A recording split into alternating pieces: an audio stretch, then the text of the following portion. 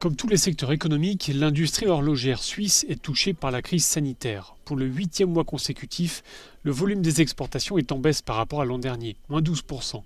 Mais la chute commence à s'atténuer et surtout, la consommation redémarre nettement sur le marché chinois, notamment pour les montres de luxe. Les consommateurs chinois représentent environ la moitié de la consommation de l'industrie du luxe.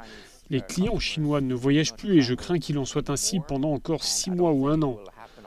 L'enjeu, c'est donc de gagner ou regagner une clientèle nationale, faire en sorte que les Français achètent en France, les Anglais en Angleterre, les Américains aux États-Unis et bien sûr les Chinois en Chine. Parce que c'est désormais en Chine que les Chinois achètent et non plus à l'étranger comme c'était le cas avant la pandémie. Avant la pandémie, quand on vendait une montre à un Chinois en Chine, on en vendait 4 à des touristes chinois à l'étranger. Au-delà des montres, c'est tout le secteur du luxe qui est tiré par le marché chinois. Les millions de millionnaires chinois font leurs emplettes dans les boutiques de marque à Pékin, Shanghai ou Guangzhou.